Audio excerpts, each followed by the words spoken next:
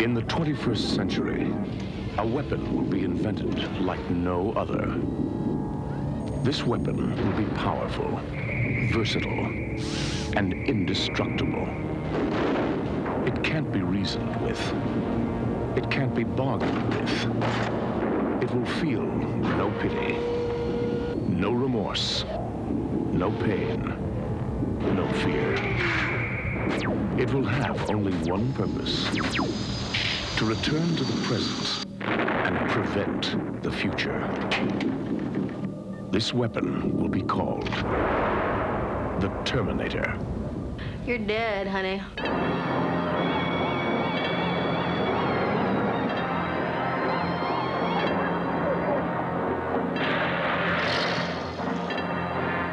What day is it? The date? 12th May, Thursday. What year?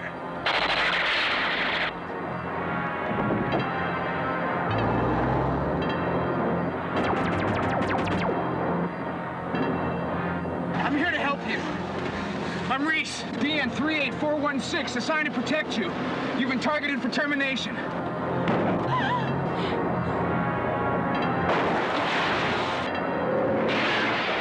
What does it want me? Why me?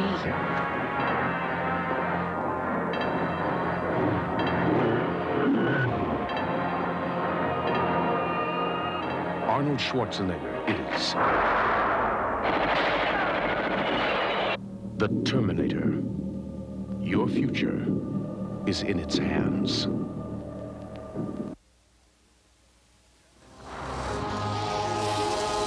Terminator was an idea that I had when I was in Rome. I was just sitting around basically in my hotel room. I was in fact sick at the time. I had real high fever. And I just laying on the bed thinking and came up with all this bizarre imagery. And I think also the idea that, you know, because I was in a foreign city by myself and I felt very sort of dissociated from humanity in general, it was very easy to project myself into these two characters from the future who were out of sync, out of time, out of place, you know, that sort of thing. I'd always wanted to do some sort of really definitive robot story because it really, you know, had really never been done.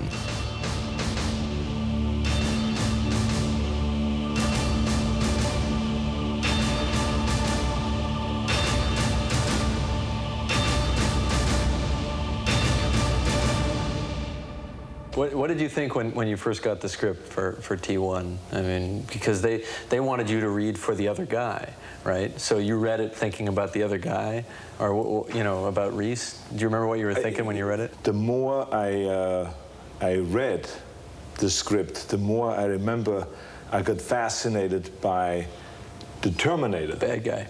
The bad guy. Right. Which I thought was the real cool guy. Your clothes.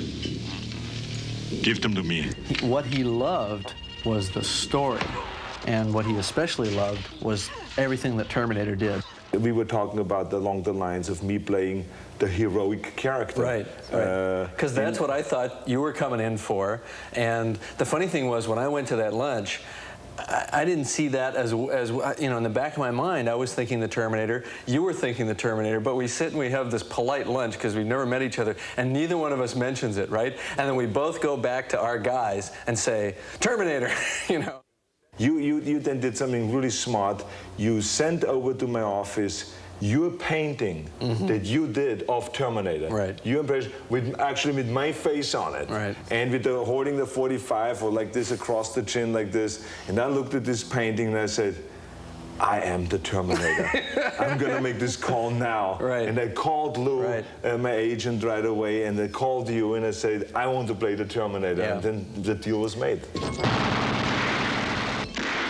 What changed was that the original concept as written, and the script didn't change at all, not a single line of dialogue was changed, but the visual concept was that the Terminator was this anonymous character who could walk out of a crowd, just one face in the crowd, could walk up and kill you for no apparent reason except for what your life would mean in some future time. And that concept changed because Arnold doesn't vanish into a crowd. It took on a slightly more hyperbolic visual style. It was a little larger than life. It still played sort of realistically, but it became more nightmarish, and you always knew he wasn't quite human.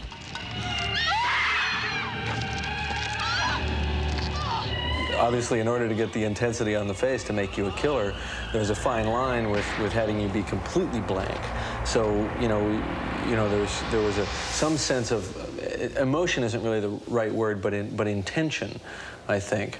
The fact that you were a killer, I don't want to say predator, but a predatory creature in a way, and very focused on your goal. Sarah Connor? Yes? We really narrowed it down to just if this would be a robot, what movement would there be going on? And it would literally only be the arm coming across, pulling out, cocking, shooting. No shoulder movement, no head movement. Goes back, and then the whole body would turn and walk away. But with a smoothness too. Oh yeah, totally. It was like very positive and very smooth. Not jerky either, because jerkiness wastes energy. It was like the ultimate efficiency, to get the shortest path between 2 points. What I found to be effective, certainly on Terminator, was to do a slow motion build-up, or to subtly segue into slow motion where you almost don't realize it, and it becomes almost a dreamlike pace, or that dilation of time that you experience when you're in a traffic accident and it's happening and you can't stop it, and time seems to stretch. For me, the fun in that scene was the build-up. The latent tension of what is going to happen, knowing that one guy's armed, the other guy's armed, they're lurking around through the crowd, so all hell's going to break loose.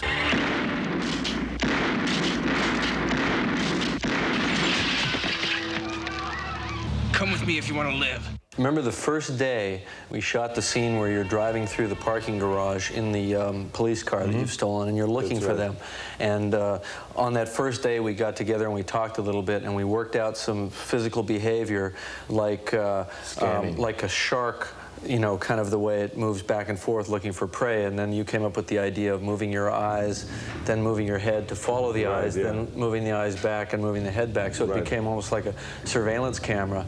And the funny thing was, it didn't really get real to me until the next morning in dailies, and I saw that close-up and I went, this is working great. That nobody has ever seen this before. I'll be back. When writing I'll Be Back, I didn't think that line would play funny at all, because you almost have to see the movie to know that he's coming through the door with the car. I figured that would be a line for people who were seeing the film again, which obviously Terminator is one of those movies that people see over and over, so it works like that. But you know what? It worked even when people hadn't seen the movie before, because they could just guess what your version of coming back was going to be. You know what I mean? By that point, they were in sync with the picture, and the picture was working.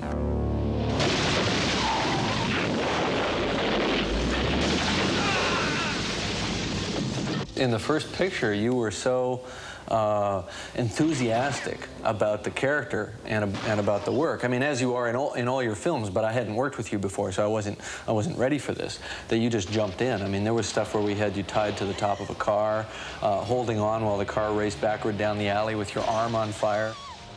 I think the worst moments were not really when I had to do something physically, like running through a window, or falling through a window, or landing on glass, or something like that, or being on top of a car.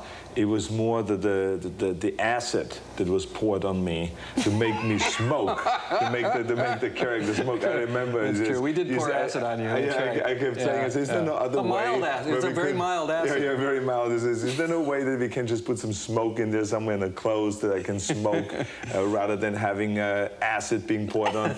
With fire and acid and those kind of things, you never know. Well, you know when that stuff starts to get around the face. Exactly, too much, or in the eyes, it burns a little bit. I think that there was one major decision that was made that everything else sort of devolved from, which was made jointly between myself and Stan Winston when I approached him to do the you know, the makeup and prosthetic effects on the film. And that decision was to not do a man in a suit. We had to sell the idea that this was the suit that was inside the man. All I remember was that I walked into Stan Winston's office, right, his building where he designed all the everything, you know, the Terminator look after you got through prepping him what it should look like and all this, and he started making drawings and the makeup and design, all this stuff. I remember walking in one time and he said to me, "This is what you're going to look like." And I looked at this, and I did not think it was humanly possible to create this kind of a makeup. With the cheekbones sticking out. I mean, there was skull. mechanism underneath. Yeah. The hydraulic mechanism underneath the cheeks. Right. And when the meat is ripped off, when the teeth are sticking out on the side, when the mouth is gone, when the artificial eye, I mean, that lens is exposed and lights up red and all this stuff. When I saw that, I said to myself, that's impossible to do. And he looked at me, and when I told him that, he said to me, "It's possible, Arnold, but it would take hours and hours and hours and a lot of your patience." Get out. I tried to structure a script in such a way that it was not too highfalutin budget-wise. The executive producer begged us to write more of the scenes as daytime because of the perceived cost difference. But, you know, I plunged madly on. It seemed so important stylistically to keep the film a night film as much as possible, and so we kept it that way. And I don't think it really impacted the cost all that much. The first one was really a struggle, especially when it came to makeup, like you said, because there wasn't that much time available and that much money available. Right, exactly. In fact, probably toward the end, we didn't even have anybody to put it on. It was, "Here, Arnold, put this on." I know. We were going out on our own, shooting quickly a scene. You remember punching into the window? We went out and stole shots. At the end, remember, we got a crew of like 3 people together and went out and did some close-ups of you. You held the camera. Yeah. I had to put the special thing on it and take on my gloves, put my clothes on. There was no one from wardrobe there. Right. I had my clothes in the back in the trunk of the car, pulled it out, I put on the jacket of Terminator, and you said, quickly, before the police comes, walk across the street and just punch in the window. And then I say, okay, we're looking left and right. I put on the glove quickly, you know, and I put the gray jacket on and all this stuff. Yeah, right. And then you said, you went like this, and it was standing there with the camera behind the car. Right. I went there with the boom. You know, says, okay, let's move on to the next location. This worked. What was funny is that all of that, you know, kind of scrambling around to do that, it didn't occur to you to ask me, what do you mean punch in the window? I know. What do you mean punch in a glass window? Exactly. It's just like, do it, you know. You still don't get it, do you? He'll find her. That's what he does. That's all he does. And the other thing that's real important to me in a film is subjectivity, getting the audience to see what's happening the way the character sees it, as opposed to the way it's sort of sitting outside. And I like to try to, you know, force you to see it and feel it more the way they do within the frame. You can't step in there with them, but you know, hopefully the next best thing. It was primarily an aesthetic decision in the writing, which was to show these nightmarish glimpses as they were perceived subjectively by this character, Reese, and then to take that and juxtapose it back and forth with you know, Sarah Connor and her sort of very normal, almost mundane life.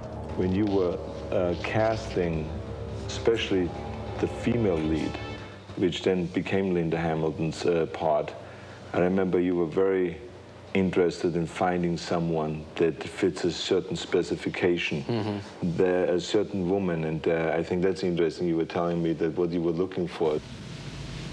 Are you saying it's from the future? One possible future. Then you're from the future too, is that right? Right. Right. Well, it's interesting that we cast Linda, and she was right for the first picture, and she wasn't she had to have some strength, but when you first saw her, she had to seem to be kind of an everyday person and vulnerable, and the kind of person who was really almost a victim in a way. Right. And at the end, that strength emerges. Move it, Reese! On your feet, soldier!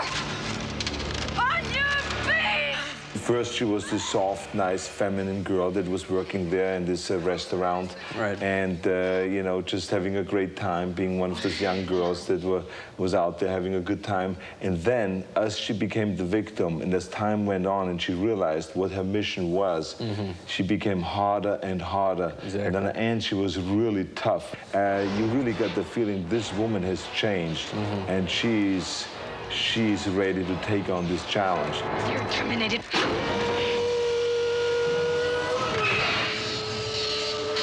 Michael Biehn obviously did a fabulous job with Reese.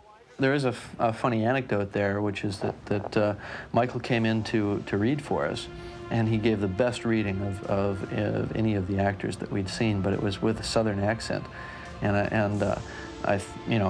we talked to his agent, very politely said, you know, Michael's very good, but we really don't want him to seem so specific that he comes from the South, because he's from the future. We don't want it to be that specific. And the agent said, what accent? He doesn't have a Southern accent. It turned out that he'd been reading for Cat on a Hot Tin Roof the morning, that morning of the reading, and he hadn't shaken the accent. Sarah. No. Run! So he gave another great reading minus the accent, and that's when we cast him. I came across time for you, Sarah. I love you. I always have. I always felt that this was more than the ordinary action film.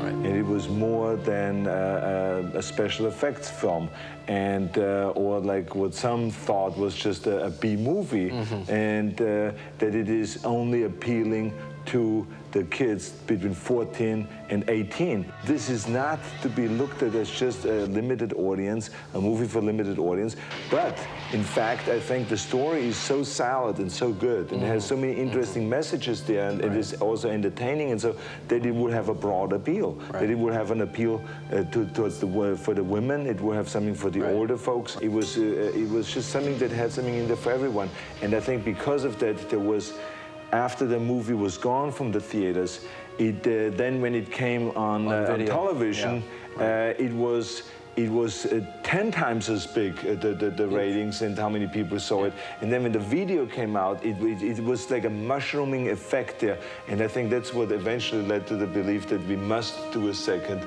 Terminator. It's funny that every year that went by that we didn't make the sequel, the demand for the sequel got greater. Exactly. Yeah. And that's why you and I, we got together periodically and started working on a plan and mapping out times to keep a certain time period blocked out so we can go and eventually down the line. Actually, you'd call me up about once every 6 months and say, so how's it going on? No, you'd talk about other things for about 5 minutes, and then, so how's Terminator 2 going? That's right, yeah. So, I mean, anyway, so that was, we were fortunate enough that it did come together and that we did make a second Terminator. Allá, viene una tormenta. What did he just say? He said there's a storm coming in. I know. Terminator 1 was like a hallucination for me. I was making my first picture. I had no idea it was really going to be a success. I mean, when I wrote it, I probably thought it stood the chance of being a success. I wrote it that way on purpose, but you never really believe that it's going to happen or that it can happen. And so everything after that was like a dream for me for a while. And then I realized, yes, it did happen. This really did find its audience. And it gave me a lot of courage as a filmmaker to go on and do other stuff. I felt right from the beginning when I read the script and when I had my meeting with Jim Cameron that it was a winner.